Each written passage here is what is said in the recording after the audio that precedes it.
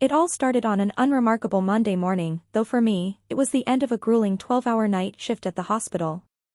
The exhaustion clung to me like a heavy blanket, making every minute in the car feel endless as I drove home, yearning for nothing more than the comfort of my bed. As I turned onto my street, the familiar sight of my little house came into view, but something was off. My driveway, my own small haven of convenience, was occupied by a strange car I didn't recognize. For a moment, I just stared, unsure if my tired eyes were playing tricks on me. The irritation bubbled up slowly, battling against my exhaustion. At first, I tried to rationalize it, maybe a neighbor's visitor had mistakenly parked there, unaware it was private property. But the longer I sat there, the harder it was to shake the frustration. This was my space, my home, and after the exhausting night I'd had, I didn't have the energy to deal with someone else's thoughtlessness. Still, I took a deep breath, determined not to let my irritation get the better of me. Unable to park in my driveway, I pulled up along the curb, which was no small feat in a neighborhood where street parking was a rare commodity. I grabbed a piece of paper and a pen from my glove box, scribbling a note in what I hoped was a friendly tone. "Hi there, just a heads up, this is a private driveway. Please don't park here again. Thanks." Folding the note carefully, I stepped out into the crisp morning air, the weight of my tired body dragging my steps as I approached the unfamiliar car. I tucked the note securely under the windshield wiper, hesitating for a second to glance at the car, as though it might somehow reveal who had left it there. With the note in place, I trudged back to my house, too drained to do much more.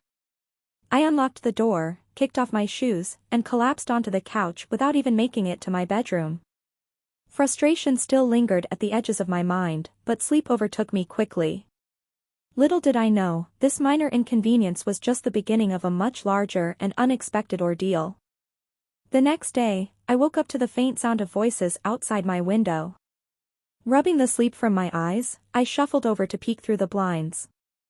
There it was again, the same car, still parked in my driveway. My heart sank, and the irritation from the previous day flared up tenfold.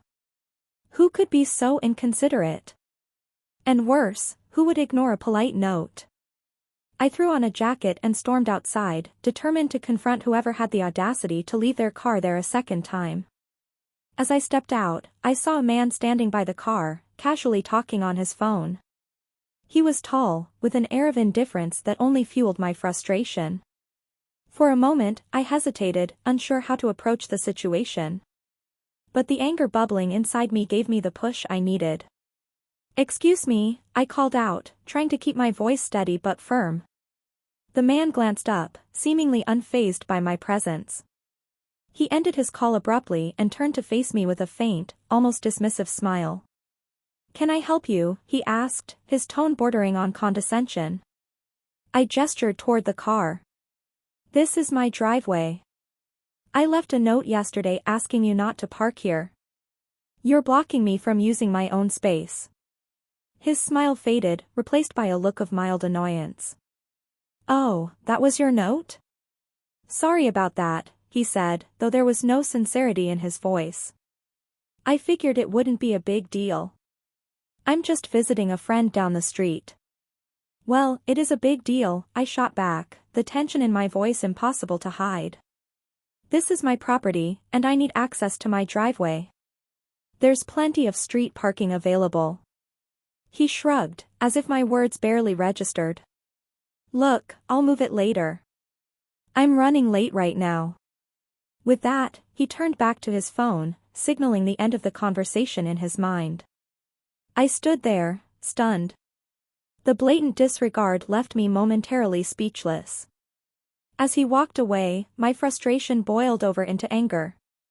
This wasn't just inconsiderate, it was outright disrespectful. I clenched my fists, taking a deep breath to steady myself. "Hey!" I called after him, my voice firmer this time. He stopped but didn't turn around, clearly unwilling to engage further. "If your car is still here when I get back later, I'm having it towed." That got his attention. He turned, a flicker of irritation flashing across his face. "Fine," he said flatly, his tone daring me to make good on my threat. "I'll move it." Without waiting for a response, he walked down the street and disappeared into one of the houses. I stood there for a moment, trying to calm the adrenaline surging through me. This wasn't over, I could feel it. Something about his attitude told me this confrontation was only the beginning. That evening, I returned home to find the driveway empty. Relief washed over me, though it was tinged with unease. Had he really taken me seriously, or was this just temporary? I pushed the thought aside, grateful for the reprieve, and went about my evening. But the peace didn't last. The next morning, I woke up to the unmistakable sound of a car door slamming outside. My heart sank as I glanced out the window. There it was, the same car, back in its usual spot as though mocking me. My blood boiled. This wasn't just negligence, it was deliberate.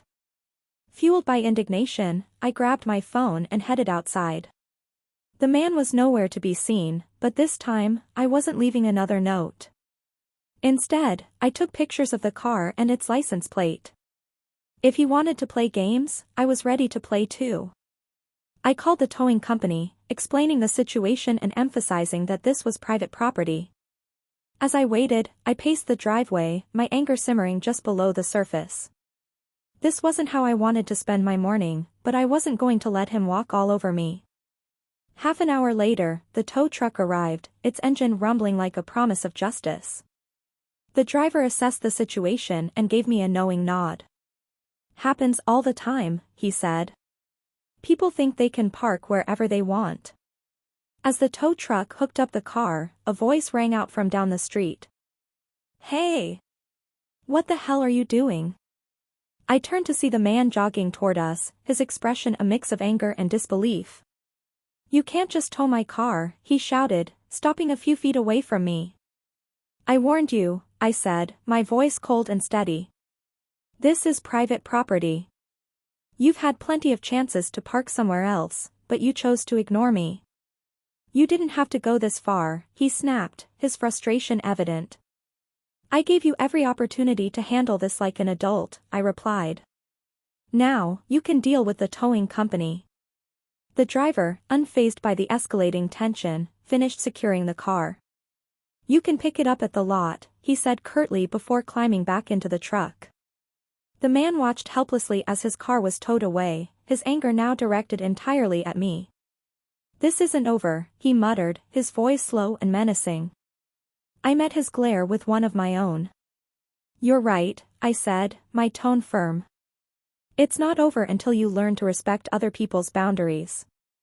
As he stormed off, I couldn't shake the feeling that this was far from the end of our conflict. For now, though, I allowed myself a small moment of satisfaction. One battle won, even if the war was just beginning. That evening, as I sat on the couch trying to unwind, a loud, insistent knocking shattered the quiet. I sighed, already suspecting who it might be. Reluctantly, I opened the door, and there she was, Karen, the man's wife, radiating fury like a storm. Her blonde hair was disheveled, and her sharp, angry eyes bored into me. "You had no right to tow my husband's car," she snapped, her voice pitched high enough to make my neighbors peek through their blinds. She crossed her arms, a tight, defensive posture that screamed entitlement.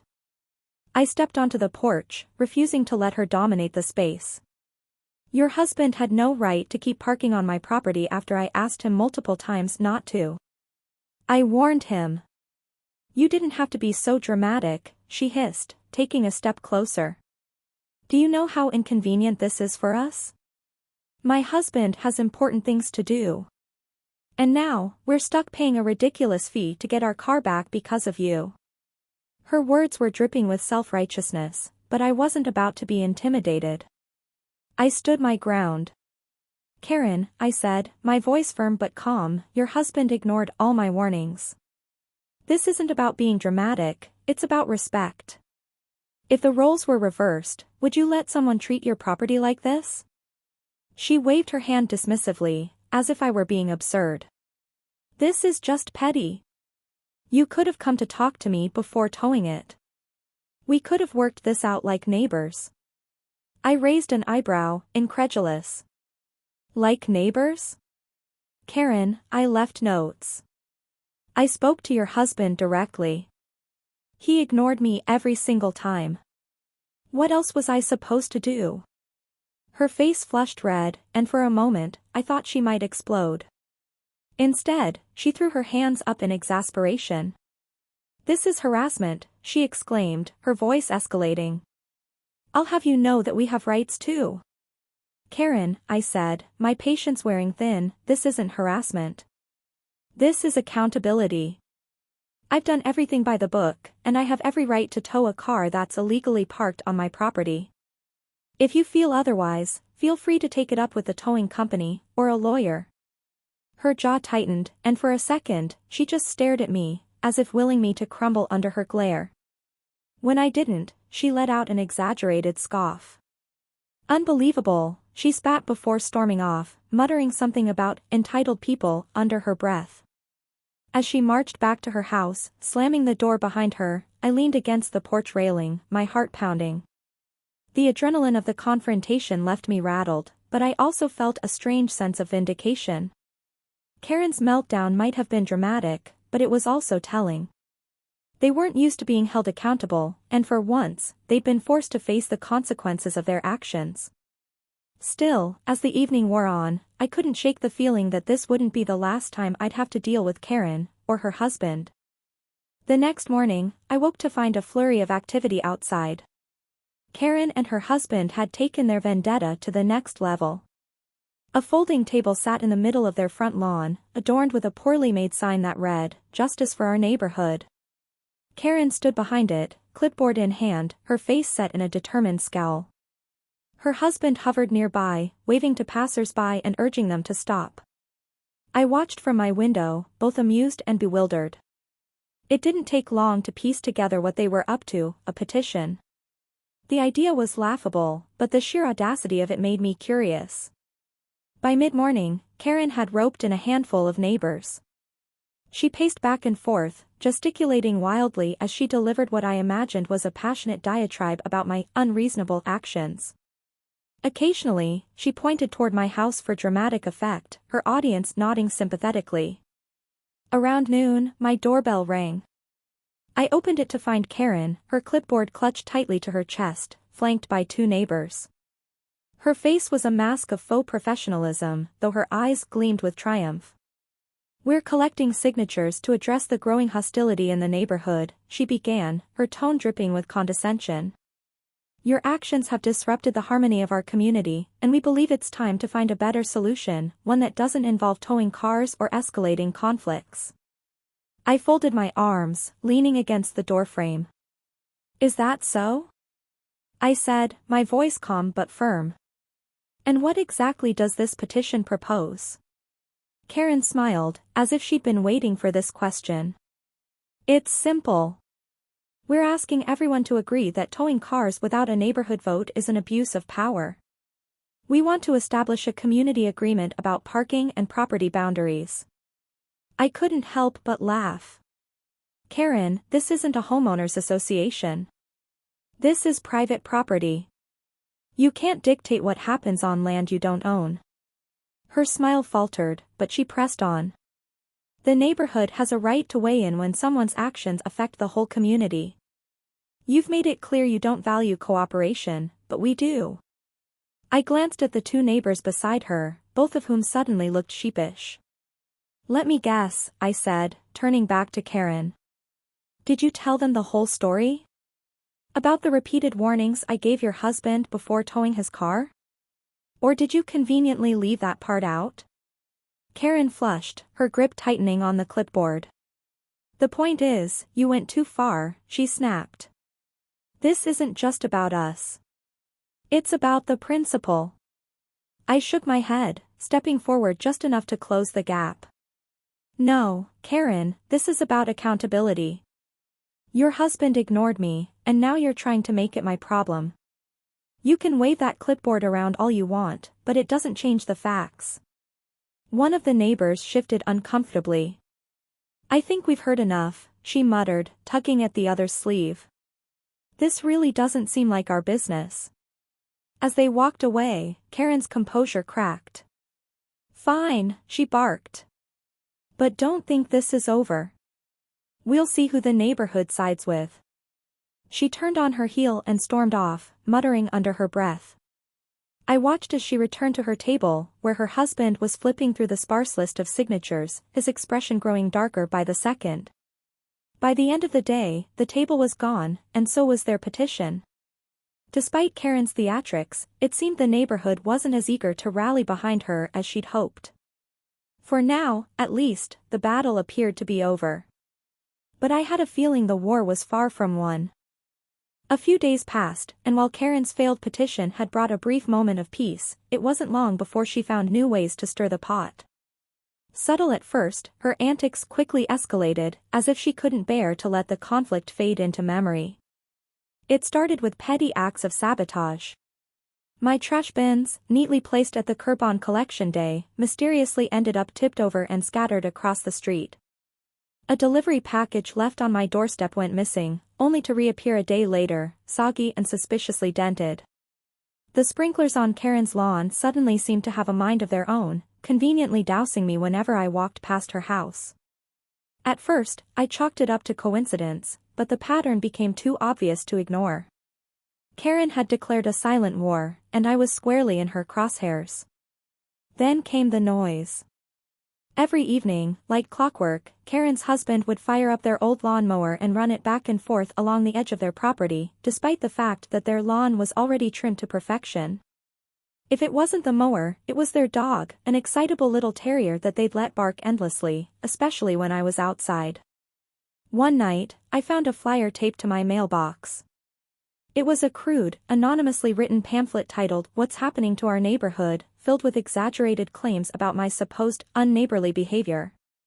While it didn't explicitly name me, the references to recent towing incidents and selfish property owners left little doubt as to its target. I couldn't help but shake my head at the lengths Karen was willing to go. Did she honestly believe these tactics would win her sympathy or change my stance? The tipping point came one evening when I returned home to find Karen and her husband standing suspiciously close to my driveway. As I parked, they hurriedly walked away, glancing back with poorly concealed grins. Curious, I stepped out of my car and immediately spotted their latest stunt, a series of orange cones and a hastily painted sign reading, "Reserved parking, community use only." I sighed, pinching the bridge of my nose. This was no longer a battle of principles, it was a battle of sheer absurdity. Later that night, I calmly removed the cones and dismantled the sign, placing everything neatly on their front lawn. The next morning, the sign was gone, and so were the cones, but Karen's glare from across the street promised that she wasn't done yet. The neighborhood was buzzing with quiet amusement by now. Some sympathized with me, others pretended to remain neutral, but everyone seemed to agree on one thing: Karen was relentless. And as frustrating as her antics were, I couldn't help but feel a strange sense of anticipation. What would she come up with next? After weeks of escalating antics, I decided enough was enough. Karen's relentless campaigns and petty stunts had not only disrupted my peace but were also starting to affect the neighborhood's harmony. It was time to take matters into my own hands, but in a way that would end this feud decisively and on my terms. First, I gathered evidence. Every incident, from the overturned trash bins to the absurd "reserved parking" sign, had been carefully documented. Photos, videos, and witness statements from neighbors who had grown tired of Karen's behavior formed a compelling case. This wasn't just a feud anymore, it was harassment. Next, I reached out to the Homeowners Association. Though I had avoided involving them before, the escalating situation left me no choice. The HOA's president, a no-nonsense woman named Linda, listened attentively as I laid out the timeline of events. I could tell from her pursed lips and sharp intake of breath that Karen had overstepped one too many boundaries. Linda assured me that the HOA would handle the matter, but I wasn't content to leave it all in their hands. I also consulted a lawyer to understand my legal options.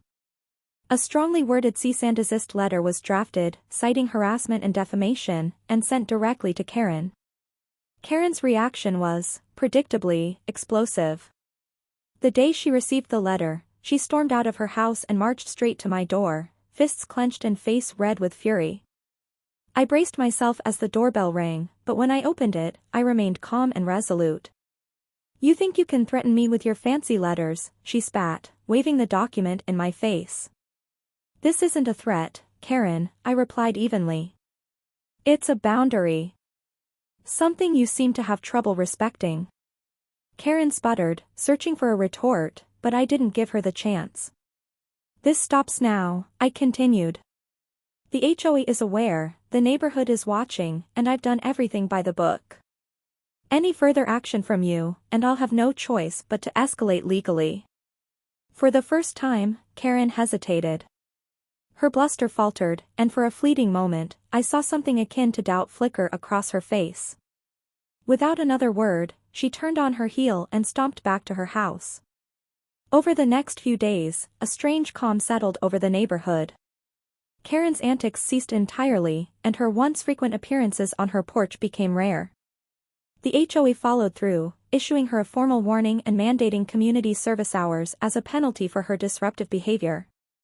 While I couldn't say for certain whether Karen had truly learned her lesson, the message had been sent loud and clear.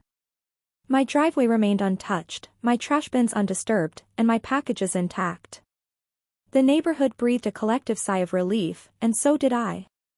The battle was over, and though it had been exhausting, I emerged with my principles, and my peace of mind, intact. With Karen's antics behind us, the neighborhood slowly returned to its usual rhythm. The air felt lighter, and the once tense glances exchanged between neighbors were replaced by nods of relief and smiles of camaraderie. Though the ordeal had been exhausting, it had also brought the community closer together. I made a point to reconnect with my neighbors, hosting a small gathering in my backyard to celebrate the newfound tranquility. Over grilled food and cold drinks, people shared stories of their run-ins with Karen, laughing at the absurdity now that it was safely in the past. Even Linda from the HOA stopped by, declaring, if this neighborhood can survive Karen, it can survive anything.